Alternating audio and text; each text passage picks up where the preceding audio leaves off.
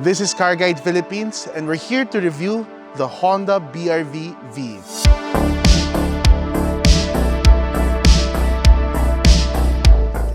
Before we start, consider subscribing to our YouTube channel for more reviews and news like this. And if you haven't already, like our Facebook page. Now that's all settled, to the review.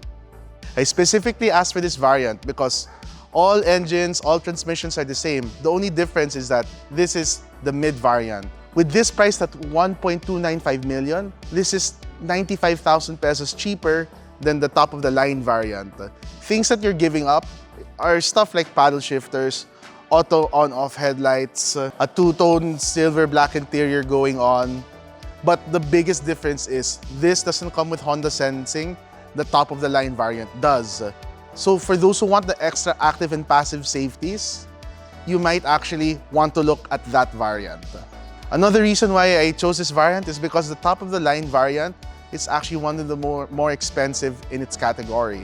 So for those who find that expensive but want the BR-V platform, we're here to check this out.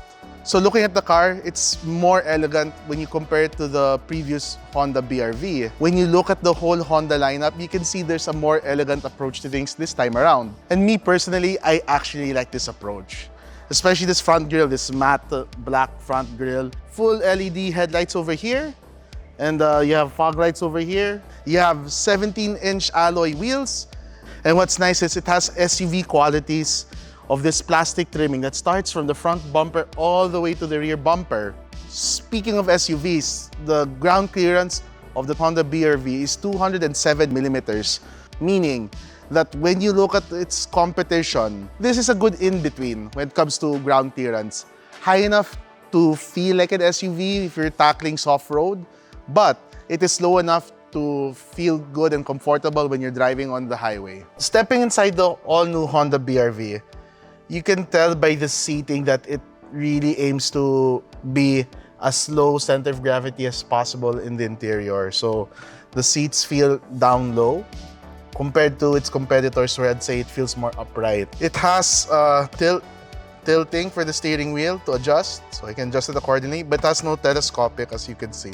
The instrument cluster, just like the outside, it's on the more elegant side of things.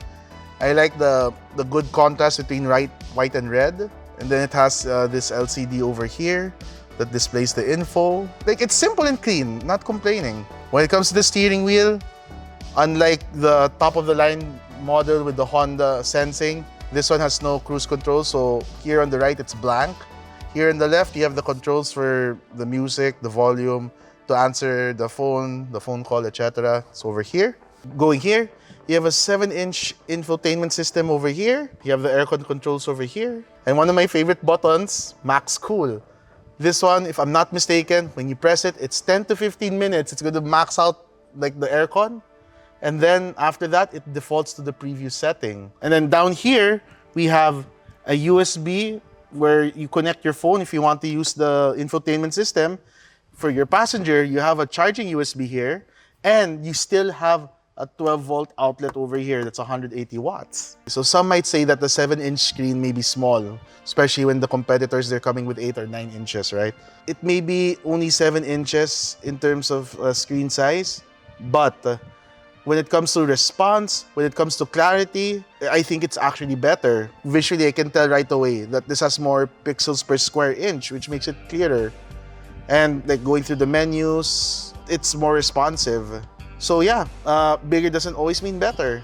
Now we're here at the second row. And this is what's set to my settings where it's basically all the way back.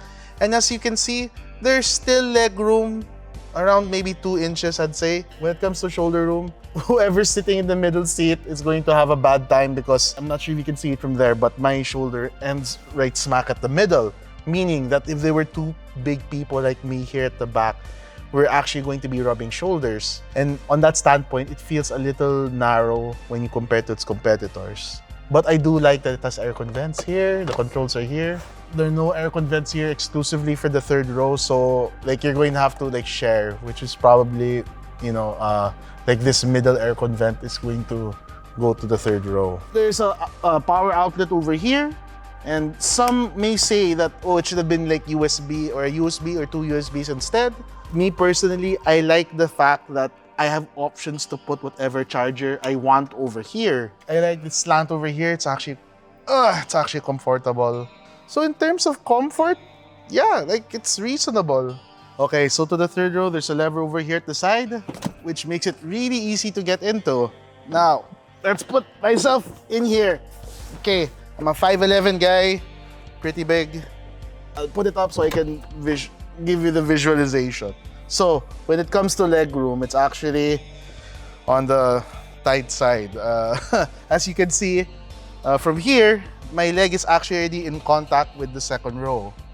But also do note that there's levers over here that you can adjust the seating. But still, nonetheless, I'm already hitting the ceiling of the BRV. And as for shoulder room, I'm on the left side.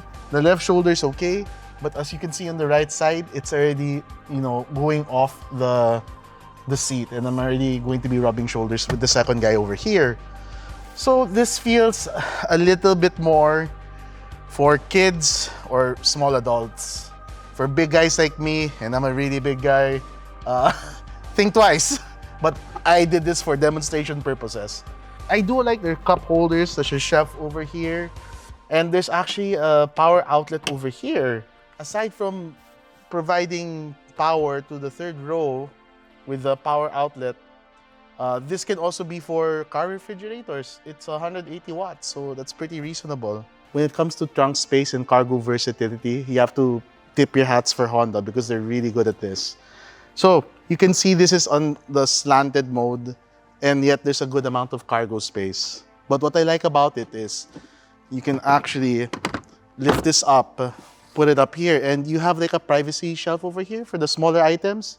And then for like your backpacks, your luggage, you can like put it, small luggage, I'd say. Backpack for sure, you can put it over here. The whole purpose of this one is that if you drop the third row down, and I see a lot of Filipinos using it in this configuration, you end up with this nice flatbed, which wasn't there on the previous Honda BRV. And if you want to maximize space, you can always have the option to drop this down.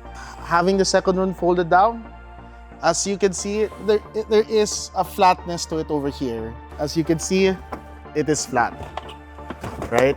The fact that I can roll it like that means it's flat. Especially when you compare to the previous Honda BRV where it didn't have this profile. This, when it comes to cargo versatility, is definitely a step up. Okay, now that it's done, let's go and drive the Honda BRV. Okay, right off the bat, what I do like about it compared to the previous Honda BRV is how it breaks inertia.